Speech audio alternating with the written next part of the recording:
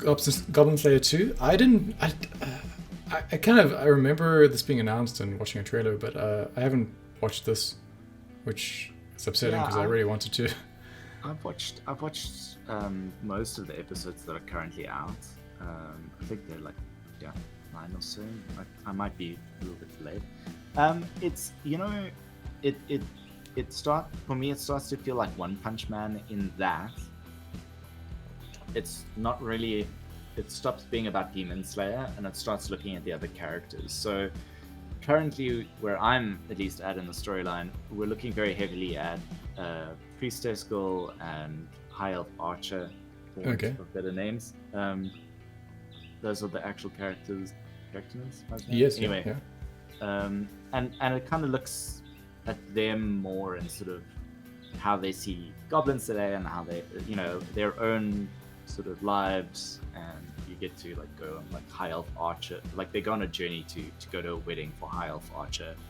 One of her family members is getting married, and it is very much like looking at the characters around in the world rather than Goblin Slayer himself, because Goblin Slayer is essentially a very simple character.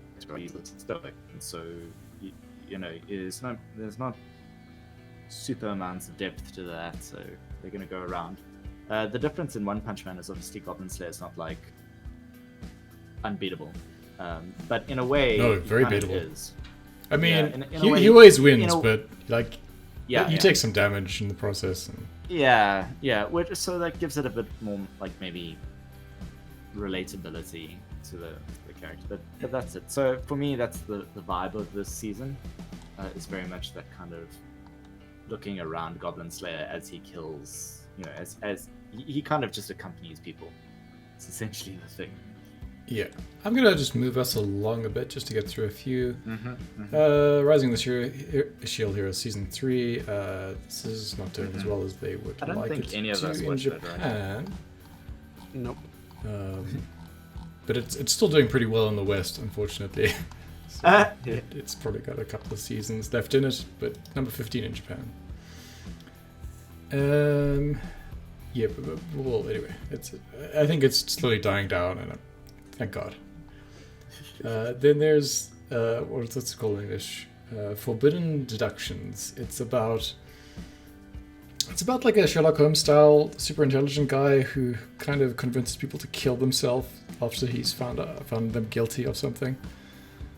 And his partner, whose special ability is to stop them killing themselves so they can be normally arrested. Because he does this automatically. He doesn't really intend to do it. Kind of interesting premise.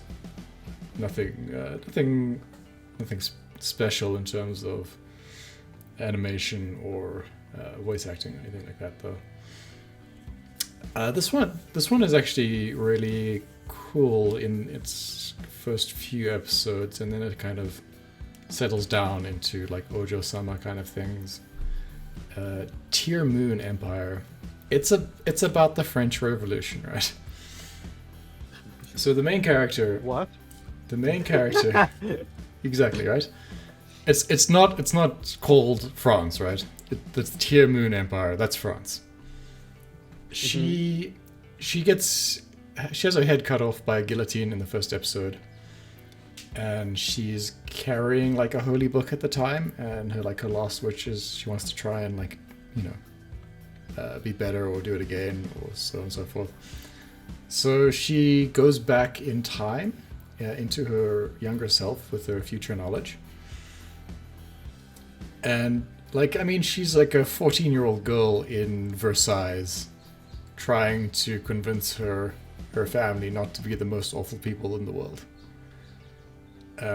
And it's quite graphic in the way the first episode deals with the last few years of her life, which she spent in prison, being starved, being fed rotten food as kind of a punishment for existing. And so she's got a lot of trauma going behind her, yet she has to kind of try and influence the kingdom in a better way, so that doesn't happen again to her. It's an interesting premise.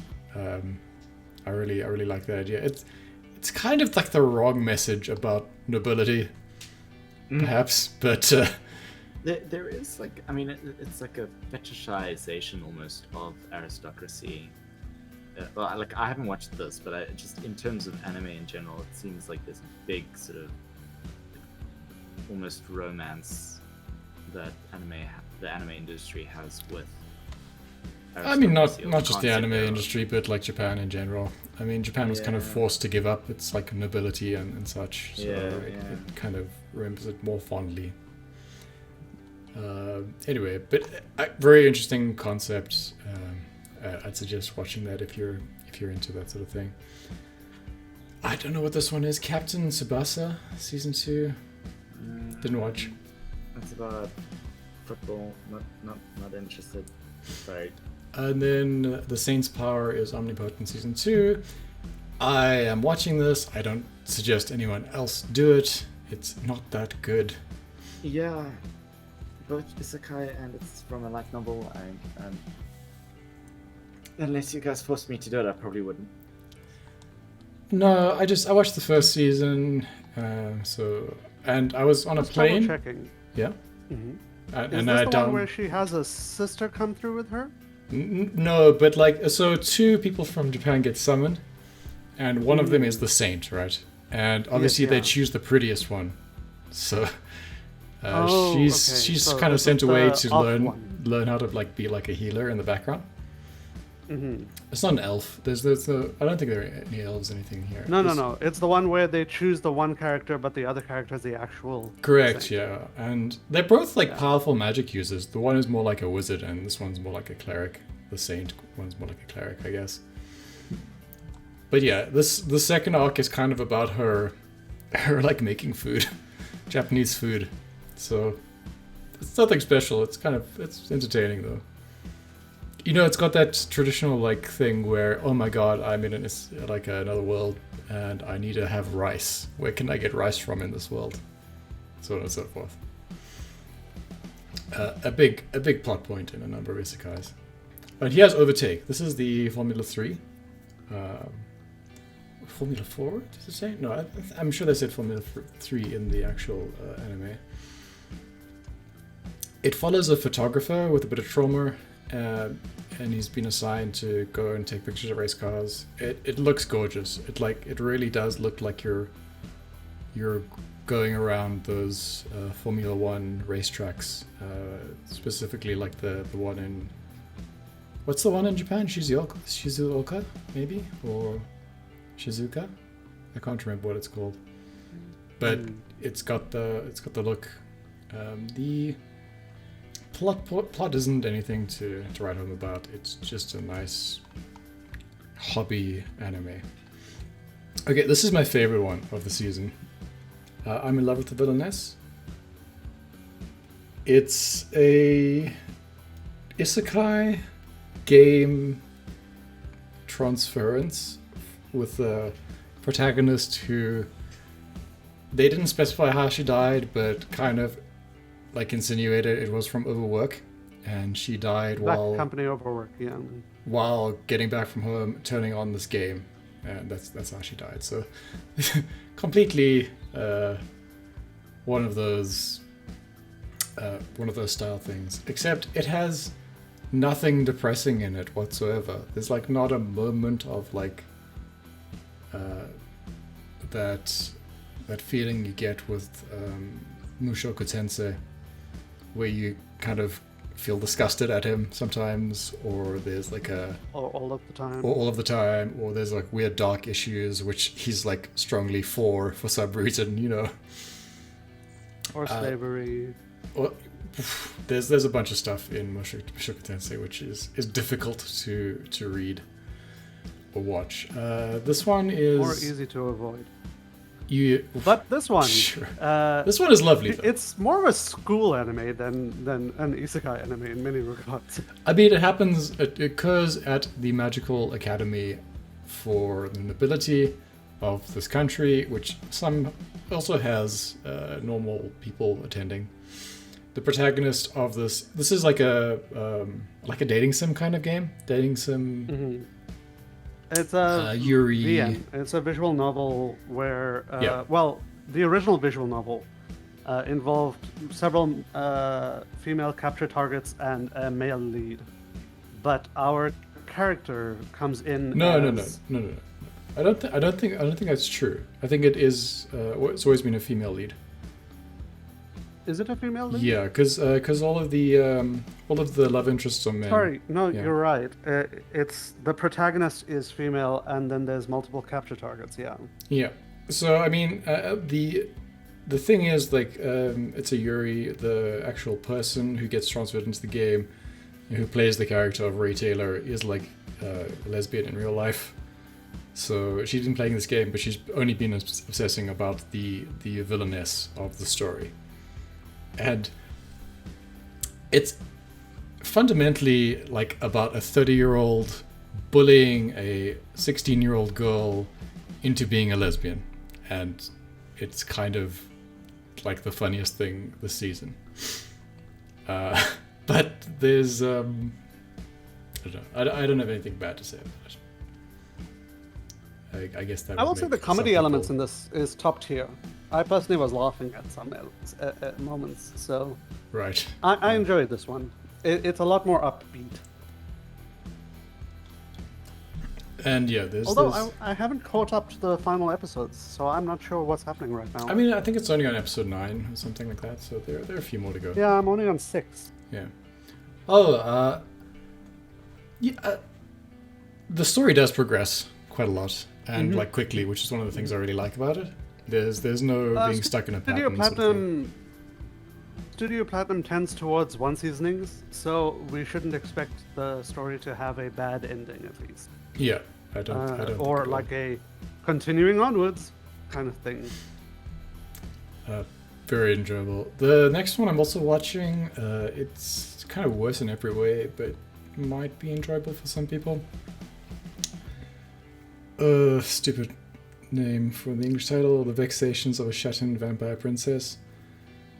So, it's a play on words in the Japanese title. Her name is Hikikomari instead of Hikikomori. She's a Hikikomari. shut-in. And she is like a vegetarian vampire, which is what makes her so weak. She doesn't like blood, she doesn't drink it, and that makes her one of the weakest people in her vampire nation, which apparently can be a thing, despite, that not really working out in terms of livestock that they can eat from after a while, in my opinion. But the world is weird. The world is kind of like a game world. I wonder if it is based on a game, where everyone resurrects every day at sunset. So the world is in a continuous state of total war, and they'll wage these terrible battles throughout the day, and then by some sort of magic within this area of conflict, it's not everywhere in the world, everything gets restored back to life at night. So while there's like a lot of conflict in this, you're never entirely sure where they are and whether or not the person in question is going to just, heal back up to full health and come back at them the next day. And it is mostly a little bit of like it's just a comedy, really. There's like some serious stakes involved in all of that, but nothing really goes anywhere in this. It's got some very good voice actors. We've got Ria Takahashi as the maid, and that's what she does nowadays. She's the weird maid in stories. But pretty okay. I'm not watching Seven Deadly Sins anymore. No. Migi too to much. Dali is... I genuinely wanted to watch this. Right, I started up the first episode and I bowed out. No, it's awful. So it's also a pun, so it's Migi to Dari in Japanese. Dari is right and left is Migi. So it's just left and right. It's like spy. What is that? Spy vs. spy kind of thing going on there. It's creepy. Kind of. Yeah. It's supposed to be a comedy about twins trying to pretend to be the same child. Yeah. But they're just like doing terrible things to their family. I can't. I left immediately. No, I and like doing it to like just like these nice people as well. It's bizarre. Yeah, like it's an orphanage story about these twins and their hijinks. I couldn't get through the first episode really. I watched maybe two. No, I did. I watched the first episode, and then I decided I couldn't go any further. I'm surprised 16-bit Sensation Another Layer isn't higher up throughout the season. I think maybe it's one of those things where people just don't know it exists and haven't been watching it. But it's kind of spectacular. The semi-serious author crowd watched an isekai happen, a reincarnation happen, and were like, lol, I'm out. And then the reincarnation people watched it be serious and was like, lol, I'm out. Yeah, I mean, So- there's no actual isekai elements to it, right? It's not an actual isekai, Yeah. but the person reincarnates, No, which was an unnecessary step. No, I mean, it's a time travel anime, right? So Time there's- okay, well, yes. Oh, sorry, it is. I mean, time exclusively travel, time travel. I think there are aliens involved as well, or people from the far future to the point where they are kind of alien-like. but kind of alien-like. I thought it was more like guidance things. So yeah. Yeah, Um, or But, they're just yeah, like for robots. some Maybe I'm not unknown entirely sure. magical That's weird, reason, our MC goes back into the far-flung past, kind of for them, which is crazy. 1990. I was alive then. 1989 or something. The furthest they go Yeah. back is 1985, as of time of recording. Maybe something else happens. But it's not just the protagonist; it's also her love interest / not love interest / male lead guy. So, the protagonist is from 2023, and she's modeled her entire personality after VTubers. So frankly, she's delightful just to listen to. But she's not a person to be taken seriously in real life. And then she gets transported back 40 years into the past, and she sort of stands out like a sore thumb. But, ends up working back in the old pixelated days in a Bishoujo game company. And that's the basis of the story here. I think there's like some reveals that are coming about some of the characters, especially like the guy in the not the sumo mask, the wrestling mask, the like Mexican wrestler's mask. I kind of think he's maybe one of the characters from the past or the future. Just that's why he wears the mask. That's my hypothesis. I look forward to being proven wrong. But like every character is kind of delightful in this, and the story is great. I love a complicated time travel story based on weird Freaky Friday kind of magical property. I haven't watched this one. Oh, I have. This is the second season of Saihate no Paladin. The first 4 episodes of the first season of this were good, and then everything else was kind of bad, in my opinion. So I don't intend to finish watching that. I have to say I stopped watching it, unfortunately, but I do think that the world building was very interesting in this. I personally think that this is one of the better done fantasy / semi-isekai stories. Our main character has to struggle to get everything. His inability to talk to people gets in the way all the time. The people around him really have to save him. There's lots of great stuff happening, and the fantasy elements are really well done in my opinion. But it is a slow burn. The world is very small feeling, and everyone else feels overly antagonistic at the start of every episode.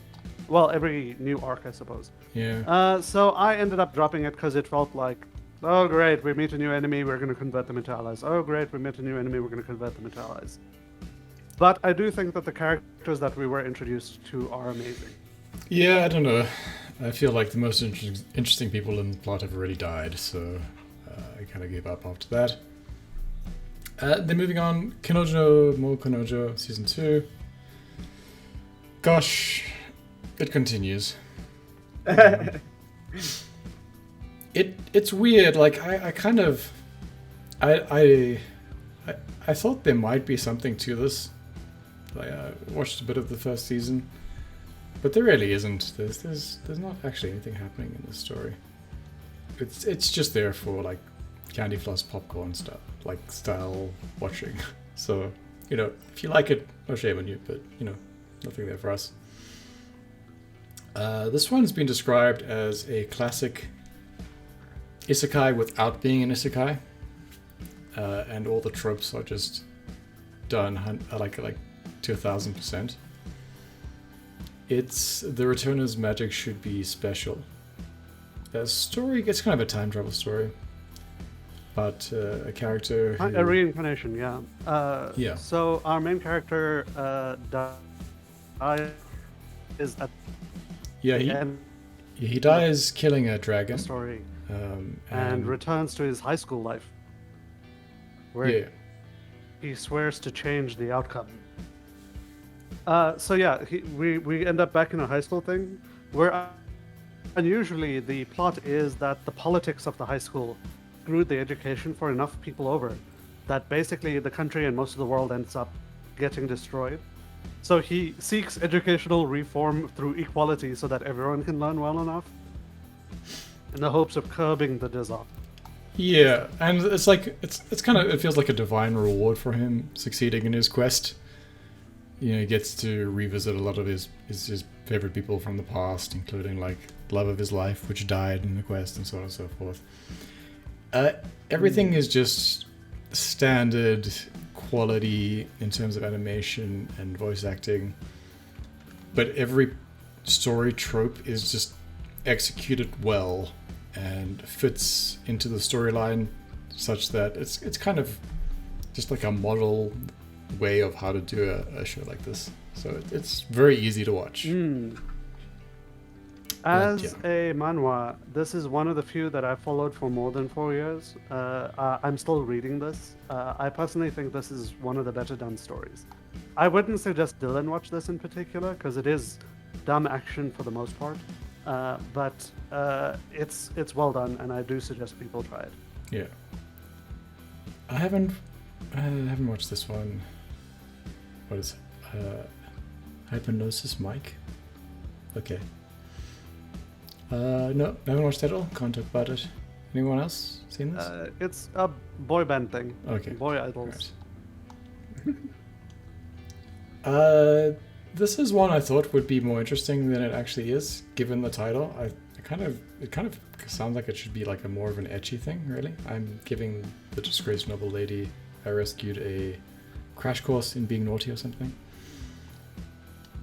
But it's just kind of like a blandish love story fantasy setting thing. I can't really recommend it. So this is kind of like meant to appeal to office ladies kind of thing, where she is effectively working for a black company. She's not allowed to show emotions. She's going to be sold off for some prince to marry. She spends her entire life working. And then this hero rocks up. He has his own, not kingdom, but like land, effectively. Yeah. Takes her away and tells her that she can relax. Yeah. She can cry and laugh and have fun. And it's such a totally unbelievable thing. But basically, the prince whisks in, tells her she can spend the rest of her life being happy, and then they have. But he's also like kind of a bad boy kind of character, right? So there's that element as well. So like I'm trying to say, we're following him, but the fantasy is from the girl's perspective in a way. Yeah. I don't know. It was kind of boring to me. It's not for us. It's for office ladies. Sure. Hanako-kun, second season. This is fun. But Studio Lush is great. yeah. I did not watch this at all. It's about a Japanese myth of like a ghost that lives in the girl's toilet stall, I think. And it kind of expands on a bunch of other Japanese like ghost stories and things. It's fun, but you know, more of the same. Didn't watch Berserk of Gluttony. Berserk of Gluttony, it's kind of one of those. It's so annoying to go through all of these in a way. So guy gets called useless and worthless and everything, despite how hard he works. Then one day when he gets kicked out of his party, he kills a monster, absorbs its power, and discovers he has the power of gluttony, which demands more and more sacrifice from him the more he eats. So he becomes this thing that has to hunt bigger and better monsters. What is that? And other people misinterpret it as him trying to save the world when it's him trying to satisfy his hunger. What was that? It was like another show like 12 years ago where the one guy, like the main character, was Chinese and he had to eat a lot for his powers to work. I have a vague memory of what you're talking about, but I don't. Like the other one remember had the to name of that. someone had to kiss people for the contract to work, so forth. Oh, the something in the Seven Witches is the thing I'm feeling of that reminds me of what you're saying. I don't think it's that. It's like a sci-fi more than like a magic thing. Anyway, it's not important. know. We'll remember it's like at 1 this a.m. this is boring. It has actiony scenes that almost seem interesting, but then they try to talk and it goes away. The next one is Hoshikuzu Telepathy, Stardust Telepathy. It's about a high school rocket club that is established because one of the members is an alien from space who wants to get back into space, and so they decide they need to make her a rocket to get her into space. It kind of only works because the alien is also like just a teenage girl alien. She doesn't know how things work or how stupid this idea sounds. The telepathy part is she can kind of read people's minds if she puts her forehead to their forehead. But there's nothing much more to it than that. It's kind of fun to watch. Yeah. I like it. I don't know. I can't really recommend it though. More Idolmaster. Kingdoms of Ruin. I did try to watch, but I gave up on, but I can't remember the reason. It's been like a month or so since I stopped watching it. Paradox Live. I tried. Yeah. I tried 2-3 episodes and the music just isn't for me. It's not like pure hip hop, which I would have preferred. It's Right. more pop. Yeah, And, yeah. You were saying that they're like boy idols more than actual hip hop artists. I think it's that's what the it's scene is like. angsty. So if you like angsty, I think you'll like this. It's very like sort of teenage angsty kind of. The world doesn't understand us type of idea. Isn't it weird that Precure is still ongoing? It's like just one Precure of is those things probably that won't part of the die. reason Yeah, why we get 7 or 8 idol anime a season. you're right. It's just I don't know. I like that it exists in the background, but I don't watch it. It's just one of those things that you'd feel bad if it went away, you know. Oh, this is awful. I hated every moment of watching the first episode of this firefighter Daigo rescue. You hated episode 1. Yeah, I just it was appalling to me. I don't know why entirely. It felt like one of those things that hadn't been thought through very well. Entirely. I watched episode 1 and I was like, I'm gonna watch this show, and then I never came back to it. But I actually thought that episode 1 was suggesting that we might go somewhere cool. Well, not cool. Go somewhere like I thought it was okay, at least. So it's a super realistic version of like that Fire Force anime we got about fighting demons. I guess this is taking place in like a Tokyo that's kind of being obliterated by fires. I don't know Spontaneous why. fires. I don't know why. Kind of like they just magically appear. Yeah. I'm never going to find out why. But No, yeah, I don't think they explore that. it's about firefighters doing their jobs, and you know it's got this really kind of force itself on you kind of morality kind of lesson in it, where everyone is special and you need to take a moment to engage with everyone as an individual, even when you're fighting thousands of fires. And everything about it was just a little bit too much for me to really enjoy it. it felt very G.I. Joe to me, which I don't know, maybe I was just willing to brain neutral and just Maybe watch you're not people wrong. screaming at each other. It could be like Fire Force version of G.I. Joe. The next two, we've got Ore Zero, our dating story. Anyway, I'm not going to go into the English title. I think it's also a weird choice that they've gone with here. It's about like a very experienced like girl going out with like a guy who has no experience and is like, I don't know, kind of weirdly brainwashy, where she's kind of reverting back to like a more virgin version of herself as she's dating this inexperienced guy, because I guess she didn't really like her previous boyfriends or something. So she's it's accustomed to people who like to play the game, basically. Yeah, I mean she's So always when he's open and dated honest- like really fast. Let me put it that way. So they're like taking it kind of really slow this time. And it's about her kind of changing herself in like a, I don't know, from like your typical Garu kind of stereotype into more of like the anime Garu kind of nice girl Kanojo. thing. Yeah. Meanwhile, It's fine. our MC, our male lead, Right. is shell-shocked the entire time. Yes, he His is. entire life is Why did she say yes? Kind of attitude to life. You know, he doesn't scream like a real person at any point in the story. Well, no, but I was actually watching it for him. I'll be honest with you. It's just so comedic to me that he's still like, I'm not 100% sure what's happening, and I'm afraid to ask. And he's kind of funny, but it's like one of those lovely artificial anime situations that you get every now and then. Shy, I watched a very subtle message to tell people to procreate, please, Japan. Yeah, exactly, precisely. But also don't cheat or anything, right? That's the underlying thing there. Shy is about a Western-style superhero world, but the hero from Japan is Shy and called Shy.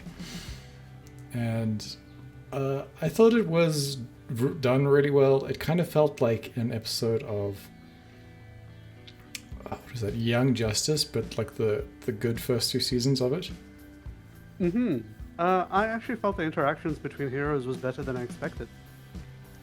Yeah, and I don't know. I didn't feel like I wanted to watch another DC story told in like a Japanese setting, because there's been a lot of those. But it wasn't the normal stuff, and the characters were more interesting than they are normally. I was like, it's like a slightly, it's a take on My Hero Academia, which is more female focused, I guess. But felt pretty good. Don't put it in My Hero territory, because this doesn't expand its cast out to 35 people. We get a nice focused 5 or 6 man team kind of thing going on. They're not really a team, but the story is more focused, and I do feel it develops them well. Yeah, and it feels like more of a modern superhero thing than like a golden age superhero. I'm not a fan of Shy herself. That's the codename problem. Shy. That's a problem for me. Which is the main thing keeping me from loving the show. But, I mean, the world setting is interesting. There's lots of bombastic action at times. The character development moments are nice. Yeah. If only she wasn't so anti-progress herself. Yeah, no, she's painful. Just painful to watch. I couldn't keep going with it. This is one I want to watch but haven't watched. My daughter left the nest and returned as an S-rank adventurer. So this one, I'm not going to suggest Dylan watch, but Dylan, if there was a fantasy show that I would suggest that you would be less offended by this season, it would be this one. Okay. There's a party of S-ranked adventurers who go around the world fighting a bunch of stuff, and we follow their dad. Well, not their dad, but the leader character's dad. He was an adventurer. He never rose too highly in the ranks, and then he lost his leg. And he lives in like a peaceful side community type thing, a little tiny village. And his daughter comes home every so often with all of the tales of the world and his entire her entire party. I keep saying his because they all like him in a way. But they come with her, and then they try to get pampered by the dad while they all unwind from the horrors that they have seen. And it's like, you get this impression that they're diving into hell every time they go out to do something important. Yeah. Because as S-ranked adventurers, they have an important role in everything. But we don't get to see that mostly. We do get some stuff, but not very much. We mostly get to watch them unwind in a tiny town, being cared for by a red-haired giant of a man, who's now a one-legged father that's like super gentle with his daughter. Okay. And there's also this mild comedy element where he doesn't see her strength and she overestimates his. So they're both convinced that she's still a little girl and he's still the big bad dad.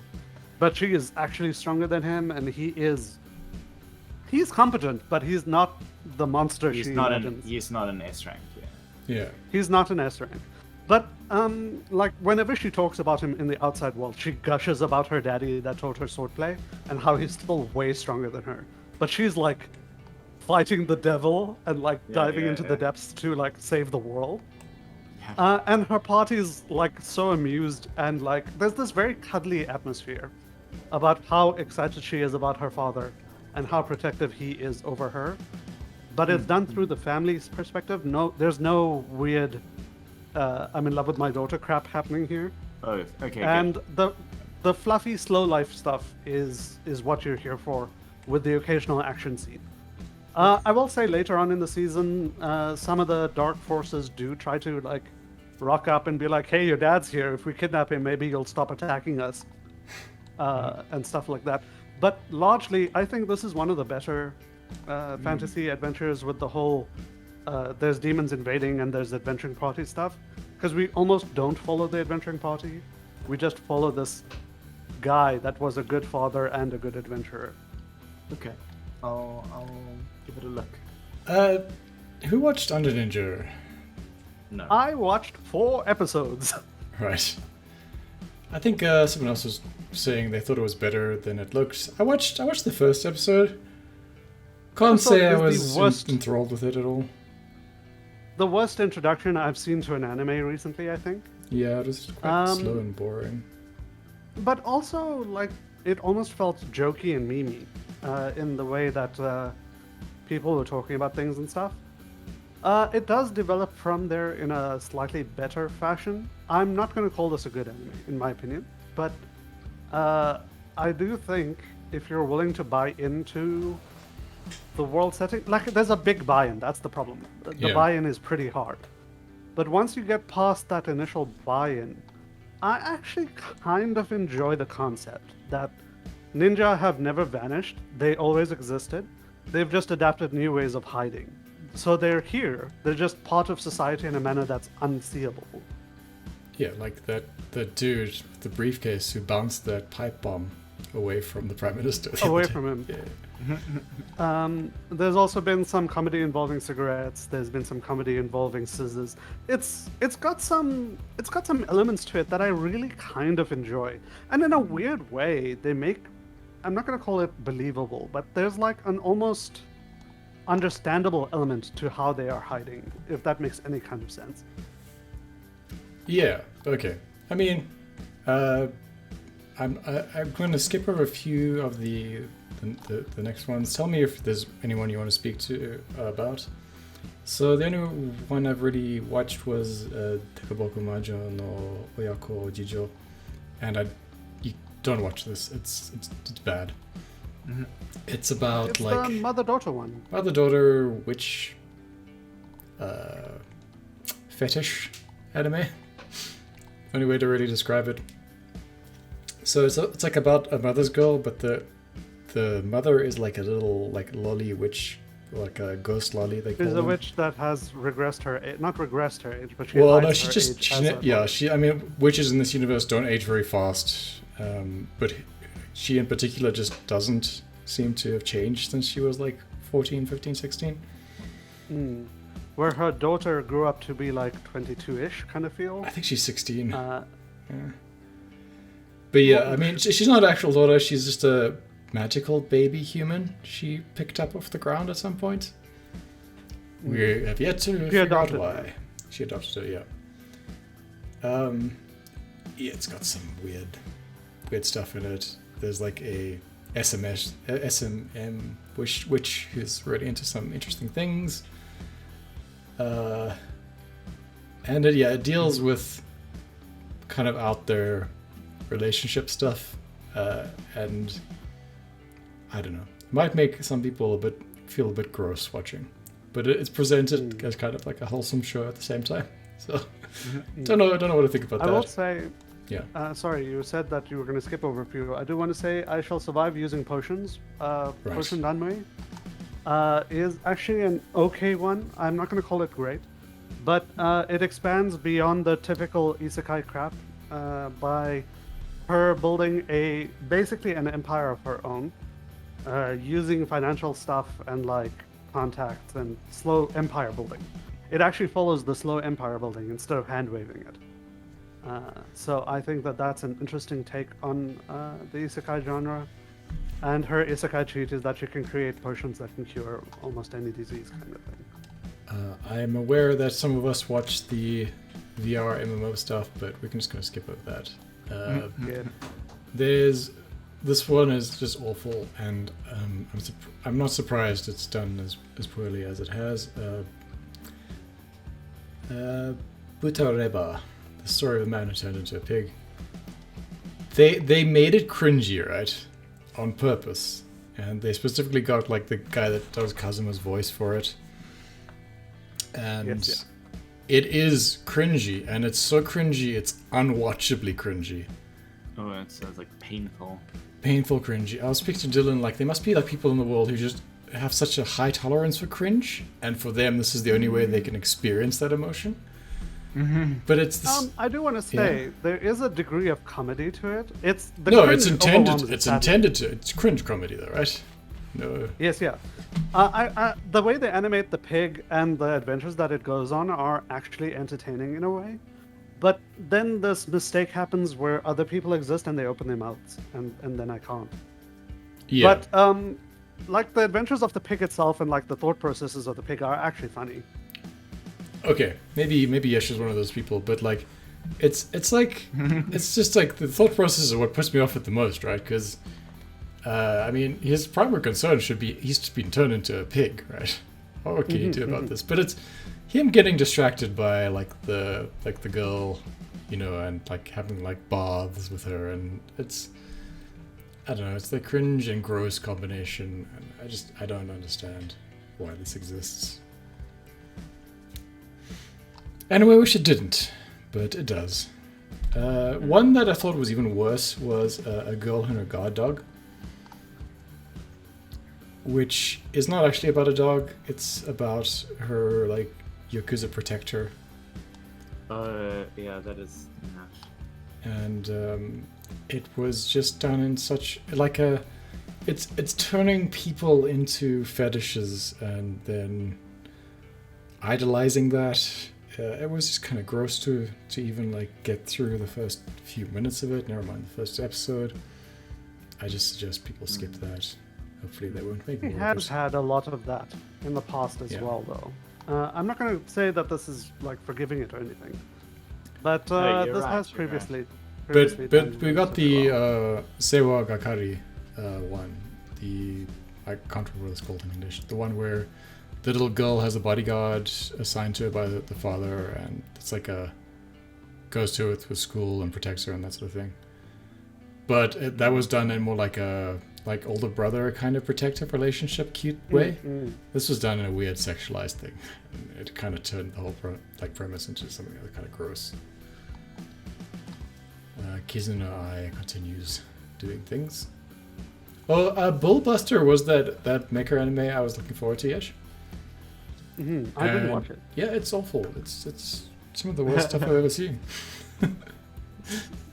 It's 3D monsters, 2D animated mecha. The mecha is more like a work style Ridley kind of mecha from Aliens, you know, like that machine that she climbs into and fights the alien. Yeah. The lifter. Lifter, yeah. Not fun.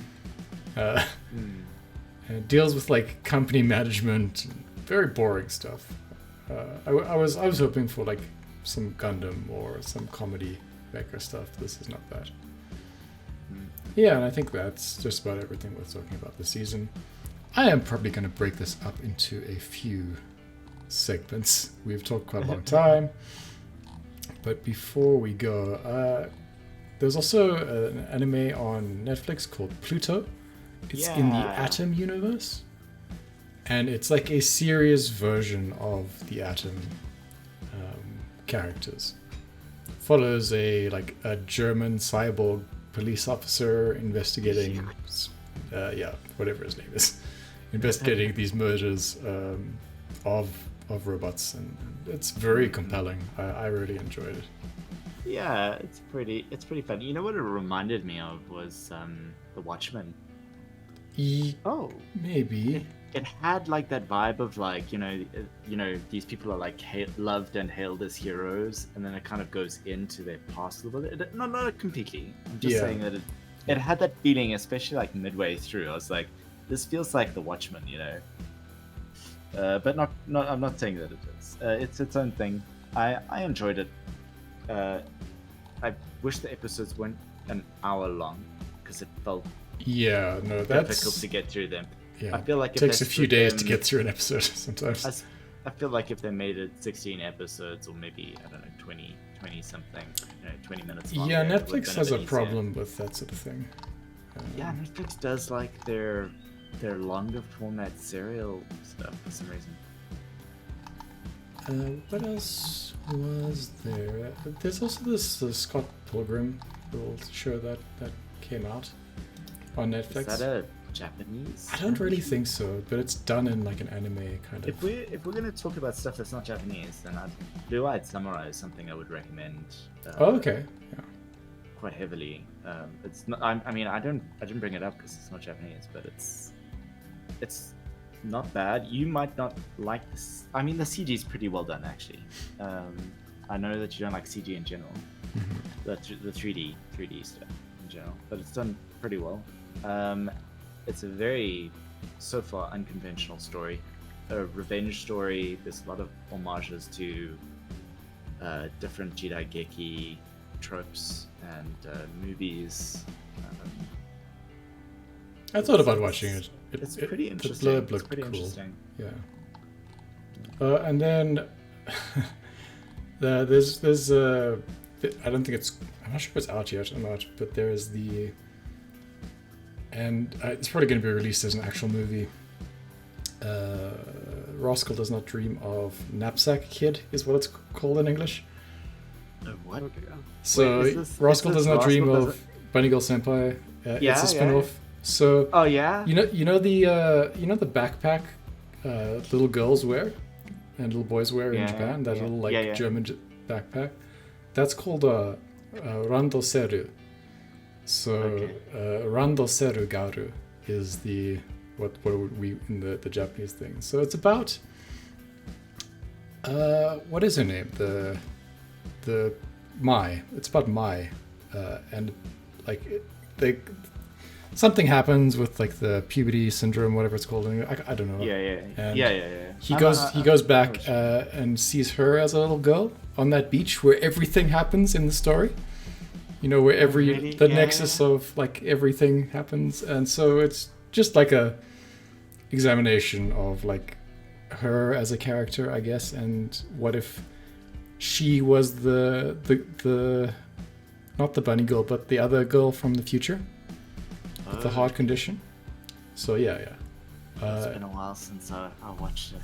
Yeah. But I mean, there was a movie like I want to say in December of last year. For this, which was a continuation of the story, so they're keeping this going.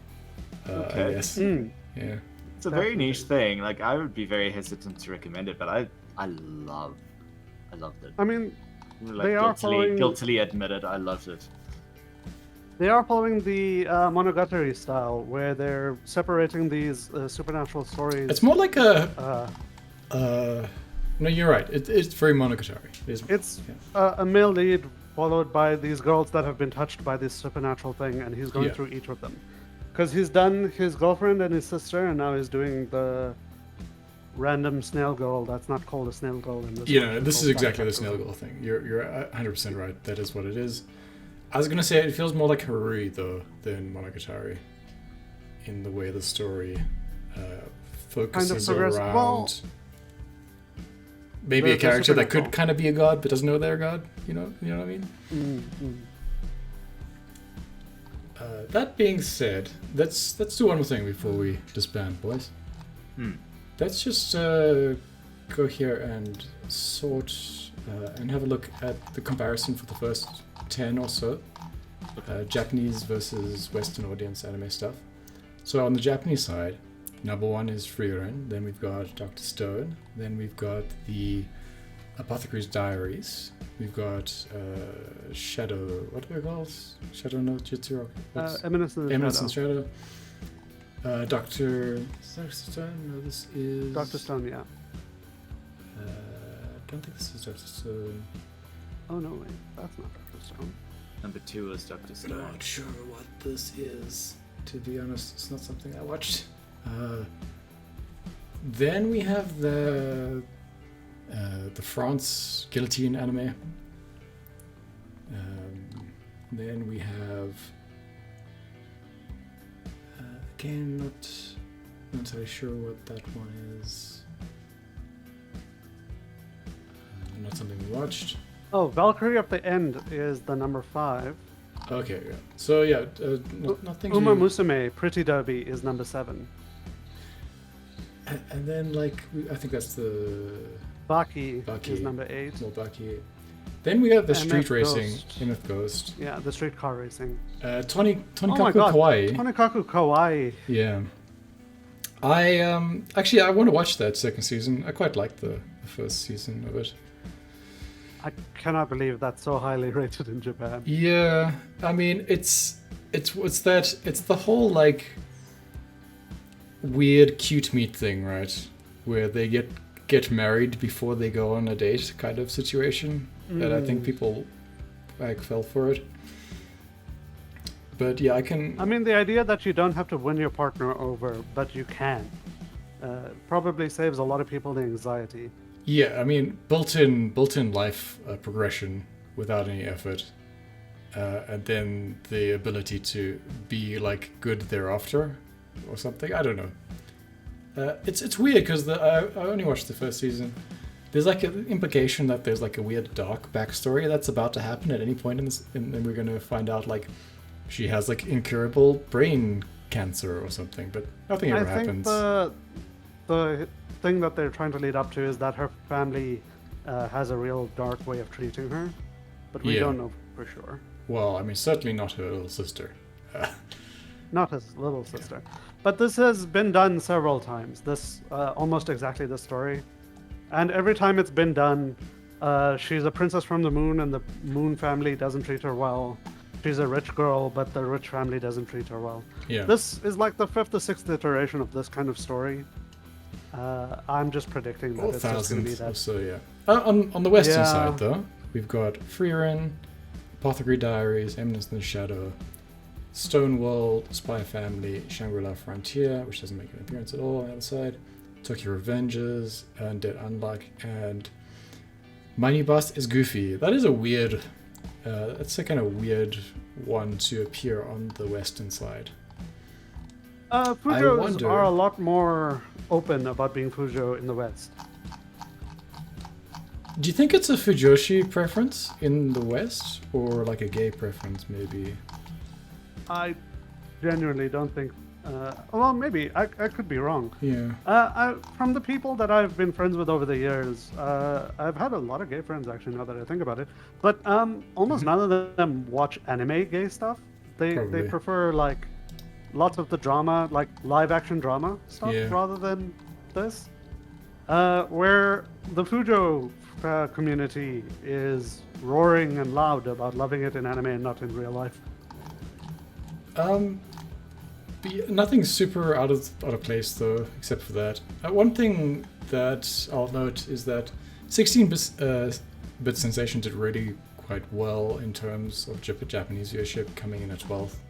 but is almost Because nowhere there's to a lot be of seen. fans of that era. Yeah, and specifically, it's like Akiba stuff, and going through the various eras of the place and what people liked about it. So there's like a lot of nostalgia there, and that doesn't translate unless you've lived there, obviously, probably, or like know a lot about anime and like the culture of that place. But yeah, things agree a lot more than they did last time we looked at this. So, yeah, interesting. All right, thanks for listening, guys. This has been That Japanese Thing, our anime review of the season. Ciao for now. Bye. Cheers, everybody.